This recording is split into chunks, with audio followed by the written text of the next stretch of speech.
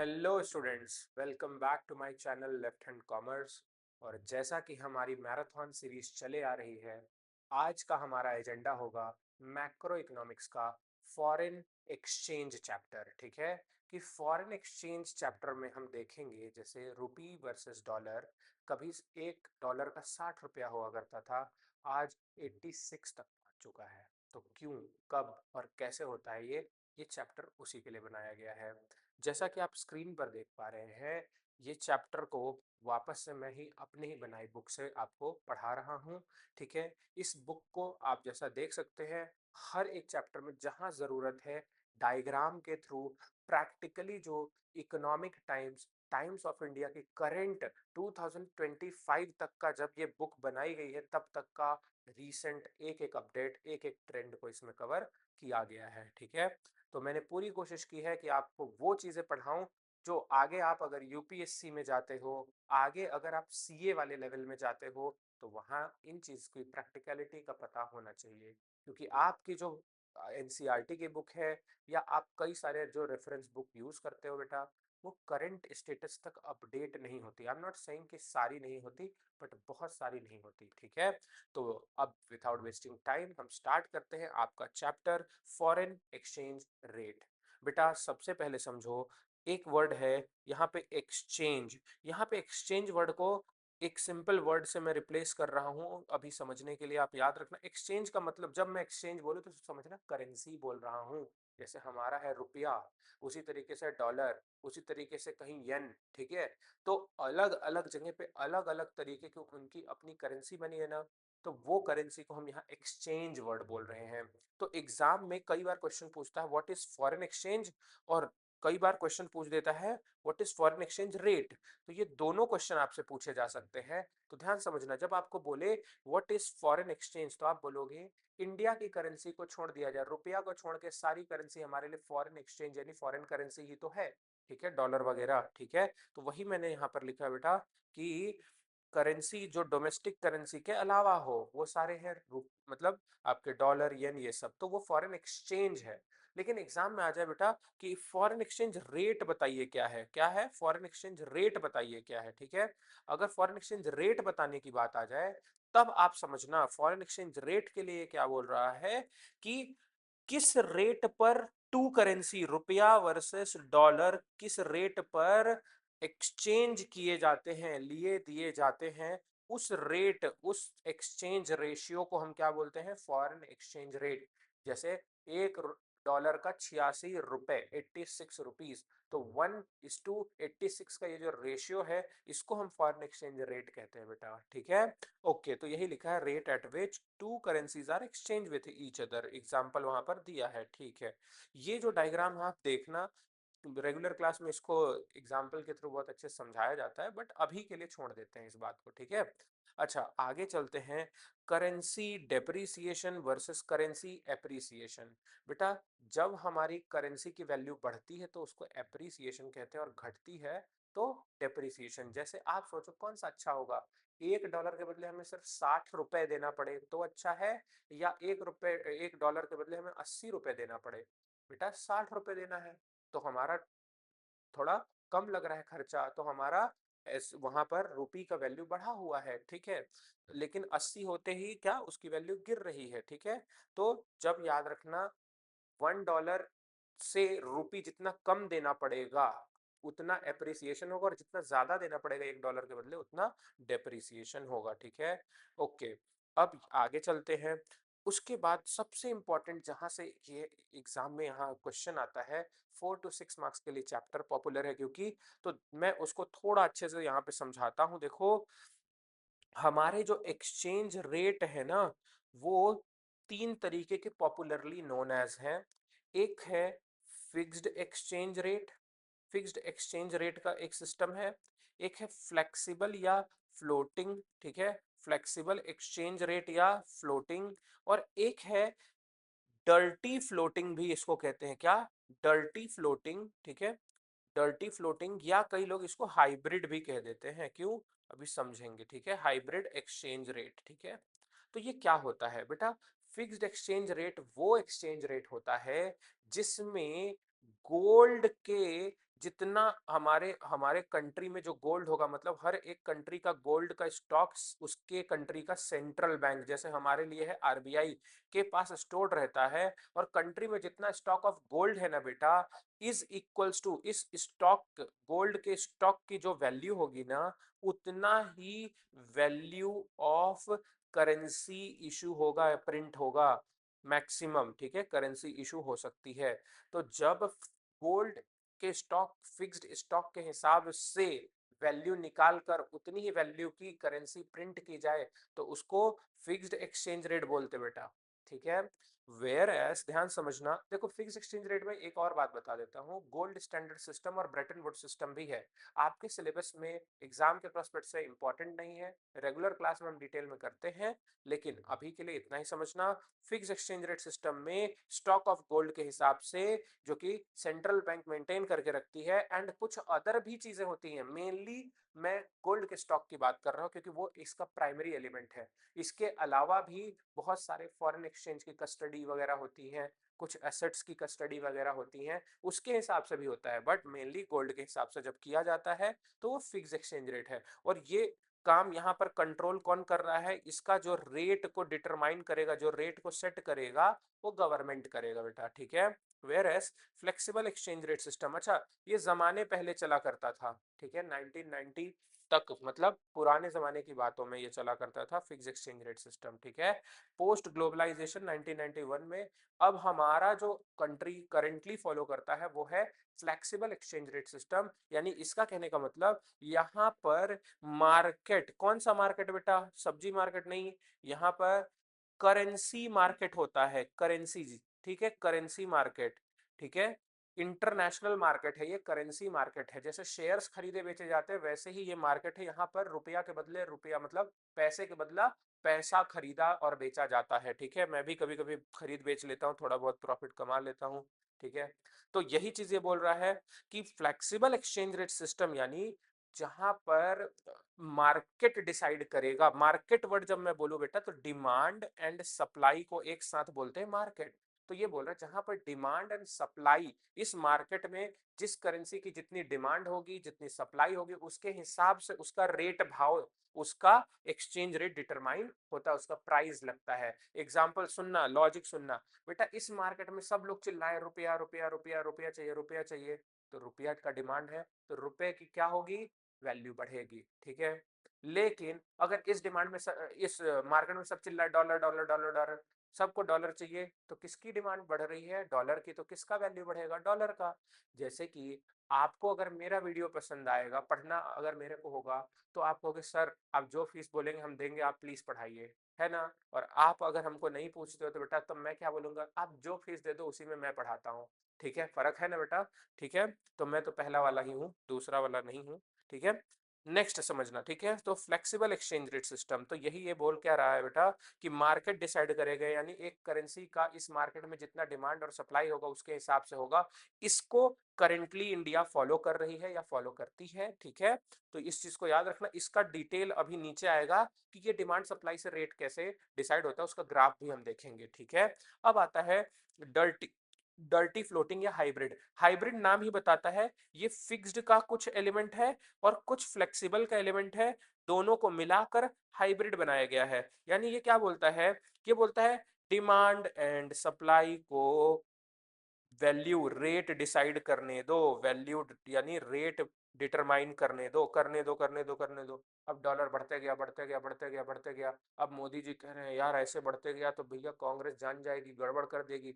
तो अब उनसे बचने के लिए मोदी जी कहेंगे क्या, सामने नहीं आएंगे, वो पैसे के पापा यानी आरबीआई के पास जाएंगे और आरबीआई को बोलेंगे बेटा ध्यान दो, ऐसा चलते रहेगा तो सरकार उलट जाएगी, देश भी उलट जाएगा, अब तुम जाओ इधर और कंट्रोल करो। ठीक है, जाओ इधर और इसको कंट्रोल करो। ठीक है, तो इस चीज को आप याद रखना, आरबीआई इंटरफेयर करेगी फिर जब एक लेवल तक टॉलरेट करने की, एक लेवल तक जब रेट रहेगा, तो उस रेट, उस लेवल के नीचे जब तक वो रेट रहेगा तब तक तो मार्केट ही डिटरमाइन करेगी। लेकिन जैसे उनको लगा अब ये लिमिट टूटने वाली है, तब इंटरफेयर कौन करेगा, आरबीआई, इनडायरेक्टली गवर्नमेंट कर रही है। ठीक है, आरबीआई इंटरफेयर करेगा और उसको कंट्रोल करने की कोशिश करेगा। बेटा इसका बेस्ट एग्जांपल मैं आपको दूं, ध्यान सुनना, नोटबंदी, डीमोनेटाइजेशन। डीमोनेटाइजेशन के पहले का अगर आप कोई भी न्यूज उठाकर देखो तो उसमें मोदी जी एक ही बात कह रहे थे, क्या बोल रहे थे कि बाहर की चीजें, यानी बाहर ज्यादा पैसा फ्लो कर रहा है, बाहर की चीजों को अवॉइड करो। लेकिन हम लोग कितने अच्छे बच्चे हैं, जैसे क्लास में हम नहीं सुनते हैं वैसे बाकी लोग भी मोदी जी की तो सुन नहीं रहे थे। वो लोग क्यों रुक रहेंगे? तो बाहर खर्चा तो रुक नहीं रहा था, इंपोर्ट वगैरह तो रुक नहीं रहा था। तो उन्होंने सोचा यार पैसे ही नहीं रहेंगे तो खर्चा कैसे होगा? तो उन्होंने क्या किया, नोटबंदी ही कर दिया। लो, आपके घर के जो पैसे पड़े भी हैं अब वो इस्तेमाल ही नहीं होंगे। तो बेटा फोर्सफुली आपको रोक दिया गया ना। यानी पहले आप डॉलर डॉलर चिल्ला रहे थे, अब तुम्हारा रुपया चल ही नहीं रहा है, डॉलर खरीद ही नहीं पाओगे तो आगे का काम होगा नहीं। तो भैया फोर्सफुली उस डिमांड को तोड़ दिया गया ना वहां। तो जब ऐसा कंट्रोल किया जाता है ना बेटा, हम बोल रहे हैं डिमांड सप्लाई डिटरमाइन करेगा, लेकिन अचानक से आ जाते हैं मोदी जी आरबीआई और वो रोकने टोकने लगते हैं इसको। इसीलिए इसका नाम है डर्टी फ्लोटिंग। मतलब तुम बोल रहे थे कि फ्लोट यानी फ्लेक्सिबल करे रहेंगे, छोड़े रहेंगे, और तुमने उसमें गंदा खेल घुसेड़ दिया अपने पॉलिटिक्स का। तो डर्टी फ्लोटिंग इसीलिए इसका नाम भी बन गया है, ठीक है, कि भाई नाम के लिए फ्री है लेकिन है नहीं, ठीक है। तो ये तीनों रेट है।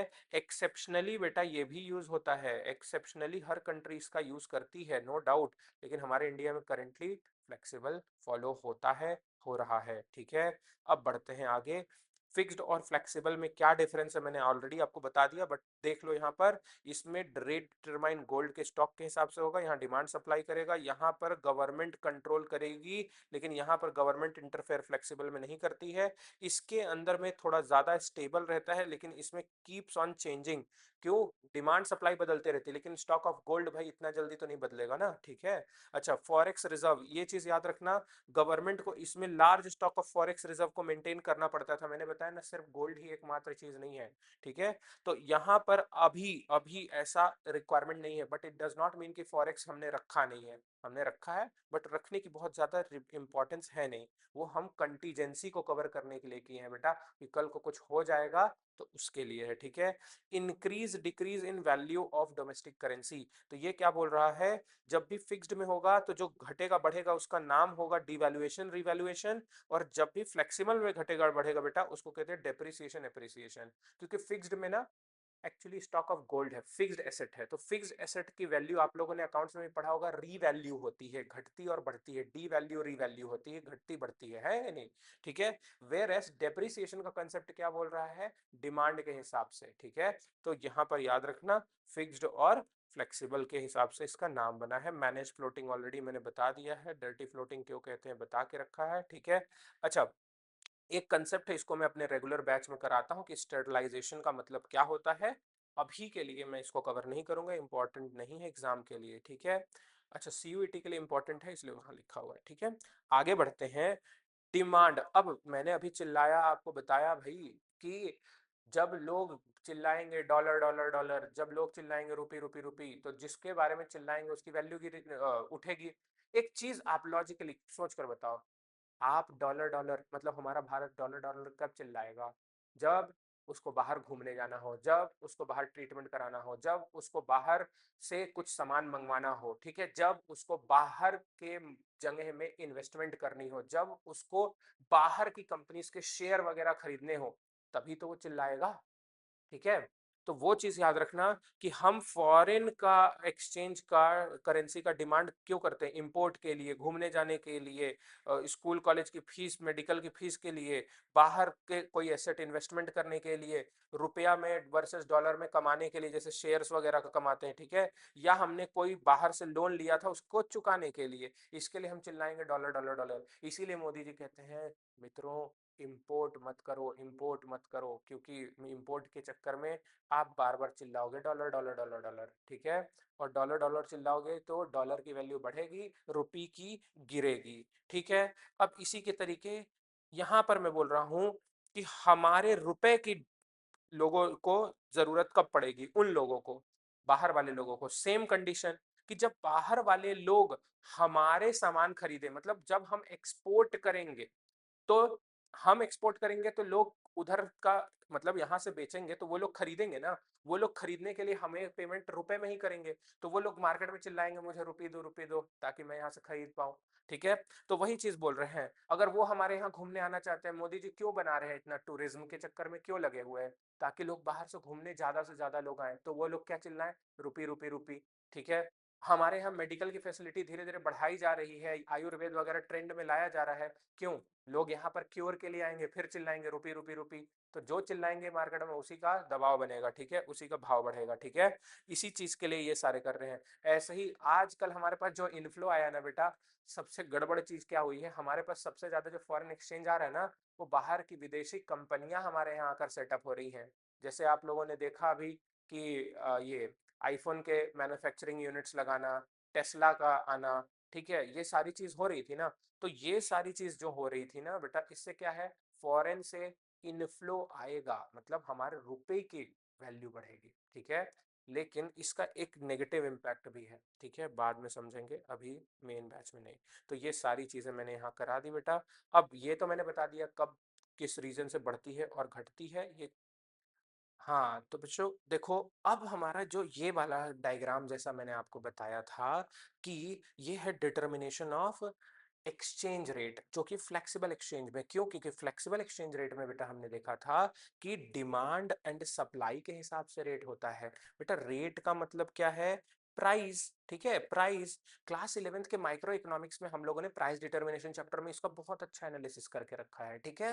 तो अभी हम यहाँ पर देखते हैं, देखो ये क्या बोल रहा है आपको, कि यहाँ पर देखो बेटा, प्यारा सा ये डिमांड कर्व और ये सप्लाई कर्व है, और ये प्यारा सा हमारा इक्विलिब्रियम चल रहा था इकोनॉमी में, ठीक है, ऐसा चल रहा था इकोनॉमी।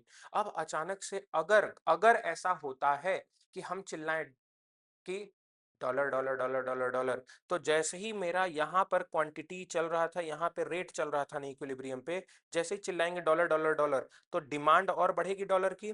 तो मेरा देखो ये चीज अगर मैं बोलूं, तो मेरा इस साइड पर डिमांड यहाँ बढ़ेगा, ठीक है, लेकिन मेरी सप्लाई कहीं नहीं बढ़ रही ना।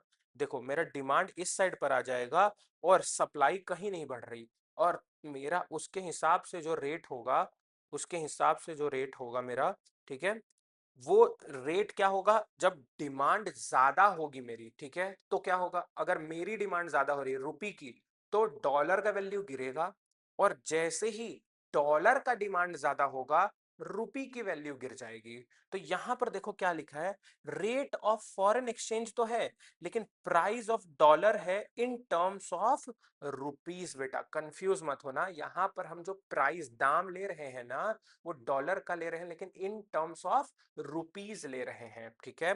तो देखो यहां पर क्या बोल रहा है, कि जब मैं क्वांटिटी, अगर यहां पर डिमांड को मैं बढ़ाऊंगा, तो मेरा डिमांड कर्व देखो ऐसे ऐसे ऐसे बढ़ेगा, लेट सपोज मेरा डिमांड कर्व इधर आएगा, तो और मेरा सप्लाई सेम रह गया, तो मेरा नया डिमांड यहाँ आएगा। डिमांड जब बढ़ेगी तो मेरा उसके हिसाब से देखो इधर जाएंगे तो रेट बढ़ेगा। इसी तरीके से अगर मैं डिमांड इसका ना करके रुपी का करूं, या कह लो इसकी डिमांड घटे एक तरीके से, तो डिमांड अगर घटेगी तो बेटा इधर को आएगा ना, डिमांड इधर शिफ्ट हो रही है नीचे को, तो इसका नया रेट देखो, यहाँ सप्लाई कर्व और डिमांड कर्व मीट होगा, तो नया वाला यहाँ पर आएगा ना, ठीक, तो इसका रेट गिरेगा। तो इस तरीके से ये डायग्राम है। वेर एज सप्लाई के लिए भी देख लेते हैं बेटा, ठीक है, ये तो किसके लिए हुआ, डिमांड के साइड से देखें हम, ठीक है, अब सप्लाई के साइड से भी देखो इसको, ठीक है। अगर सप्लाई बढ़ेगी, किसी चीज की ज्यादा सप्लाई होगी तो उसकी वैल्यू होगी नहीं, ठीक है, जैसे आपकी वैल्यू नहीं हो रही है, ठीक है। तो वही सेम चीज ये बता रहा है क्या, कि अगर सप्लाई इधर पे बढ़ेगा बेटा, तो इसका रेट गिर जाएगा और ये इधर आ जाएगा, और सप्लाई अगर घटेगा बेटा, तो इधर को शिफ्ट होगा, डिमांड और सप्लाई यहाँ मीट होगा, तो रेट बढ़ जाएगा। इसीलिए हम कहते हैं कि बेटा किसी के लिए 24 घंटे अवेलेबल मत रहो फोन और कॉल पे, वरना ज्यादा सप्लाई होने से आपकी वैल्यू गिर सकती है, ठीक है। तो समझो, फॉरेन एक्सचेंज रेट के चक्कर में आप ना लपेटे जाओ, इसलिए बचने के लिए जरूरी है अपनी डिमांड बनाए रखना। आपको नहीं अगर आता है तो कम से कम सप्लाई तो रोक दो, ठीक है, वो तो आसान काम है। तो ये काम करना, आपकी वैल्यू बनी रहेगी मार्केट में, ठीक है। तो ये हो गया हमारा फॉरेन एक्सचेंज रेट, ठीक है। ये डायग्राम कैसे एक्सप्लेन किया जाता है 6 मार्क्स में कई बार आया हुआ है, तो मैंने अच्छे से इसको बता दिया है, ठीक है। तो इस चीज डायग्राम को जरूर अच्छे से कवर कर लेना, ठीक है। एक छोटा सा और चीज है, इसका कंटेंट एग्जाम में बहुत पॉपुलर नहीं है, बट आपको थोड़ा सा इसके बारे में मेरे को बताना पड़ेगा। देखो क्या है, फॉरेन एक्सचेंज रेट को ना हम लोग दो पार्ट में बांट देते हैं, ठीक है। फॉरेन एक्सचेंज को रेट को दो पार्ट में, एक है स्पॉट मार्केट और एक है फॉरवर्ड मार्केट। स्पॉट मतलब ऑन द स्पॉट, स्पॉट मतलब ऑन द स्पॉट। इसका कहने का मतलब है कि जो काम होगा, जो बाइंग सेलिंग होगी और जो उसका दाम होगा, वो दोनों ऑन द स्पॉट होगा। आज ही का रेट होगा, आज ही का डेट होगा, याद रखना, ठीक है। और आज ही ट्रांजेक्शन कर दी जाएगी, ठीक है। आज के डेट पे, आज के रेट पे बाइंग सेलिंग हो रही तो स्पॉट मार्केट। लेकिन अगर आप फॉरवर्ड मार्केट की बात करो तो इसके अंदर में देखो क्या है, हमारा डेट जो है टुमारो का है लेकिन रेट टुडे का है। दाम आज का होगा लेकिन काम बाद में होगा। दाम आज का होगा, काम बाद में होगा। मतलब मैंने बोला मुझे ऐसा लग रहा है कि रूपी वर्सेस डॉलर घट बढ़ सकता है, तो मैंने बोला एक कॉन्ट्रैक्ट कर लिया और उस कॉन्ट्रैक्ट में लिखा कि जो भी हम एक महीने बाद ट्रांजेक्शन करेंगे, आज जो रेट चल रहा है इसी पे करेंगे, क्योंकि हम रिस्क नहीं लेना चाहते हैं। तो इसको हम कहते हैं फॉरवर्ड मार्केट, ठीक है। तो याद रखना, future date but current rate, future date but current rate, ठीक है। तो इसके साथ हमारा मेजर सब कुछ खत्म हो गया हमारा। अब देखो इस मार्केट में क्या क्या काम किए जाते हैं। ट्रांसफर मतलब पैसे का लेन देन होता है, ठीक है, फाइनेंशियल इंस्ट्रूमेंट का लेन देन होता है। क्रेडिट फंक्शन यानी कि उधार का लेन देन भी होता है। और हेडजिंग फंक्शन बेटा फॉरवर्ड मार्केट का फंक्शन है। ये सेम टू सेम जो कॉन्ट्रैक्ट बनते हैं ना, वो हेजिंग का कॉन्ट्रैक्ट बनता है। हेजिंग का वही मतलब है कि future date but at current rate. Hedge करने का मतलब होता है बेटा, एक जैसे आप कोलेटरल कहते हो ना, वैसे ही हम क्या कहते हैं, किसी एक स्टॉक, एक एसेट के वैल्यू को हम हेज करते हैं, ठीक है। इसमें यानी जो सामान होगा उसकी वैल्यू को हेज कर दिया जाता है, यानी हम, मैंने बोला future date but current rate, rate पर हेज कर दिया जाएगा, उसको फिक्स कर दिया जाएगा, ठीक है। तो इसके साथ हमारा फॉरेक्स का पूरा वीडियो अच्छे से कवर हो गया बेटा। अगर आपको कुछ डाउट होता है तो आप प्लीज मेरे को 9754173902 पे कनेक्ट कर लेना, और 9 to 11 PM में करोगे तो जल्दी आपका क्वेरी सॉल्व हो जाएगा, ठीक है। और या तो आप कमेंट सेक्शन में भी यूट्यूब के आकर बता सकते हो अपनी क्वेरी। अगर किसी कमेंट पर रिपीटेड क्वेरीज आती हैं तो मैं उसको नेक्स्ट क्लास में लाइव आकर सॉल्व कर दिया करूंगा, ठीक है। तो अगर मेरा वीडियो आपको cut to cut time waste फालतू की बातों वाला जैसे बाकी जगह पर हो रहा है वैसा अगर नहीं लग रहा है ना, तो please like share and subscribe करना। मैं भी मोटिवेटेड रहूंगा, आप भी मोटिवेटेड फील करोगे, ठीक है। तो मिलते हैं नेक्स्ट वीडियो में। और एक और चीज या इस एक बोलते हुए जा रहा हूं, इसके अंदर ये जो बुक है ये मेरी वाली ही बुक है। और इस बुक की खास बात है, ये सिर्फ 98 पेजेस में पूरी मैक्रो इकोनॉमिक्स का कंसेप्ट कवर्ड है। और कम नहीं, थोड़े ज्यादा ही हैं जो सीयूटी लेवल तक है। कहीं भी मैंने बोर्ड की चीजों को तो बिल्कुल ही कट नहीं मारा है, ठीक है।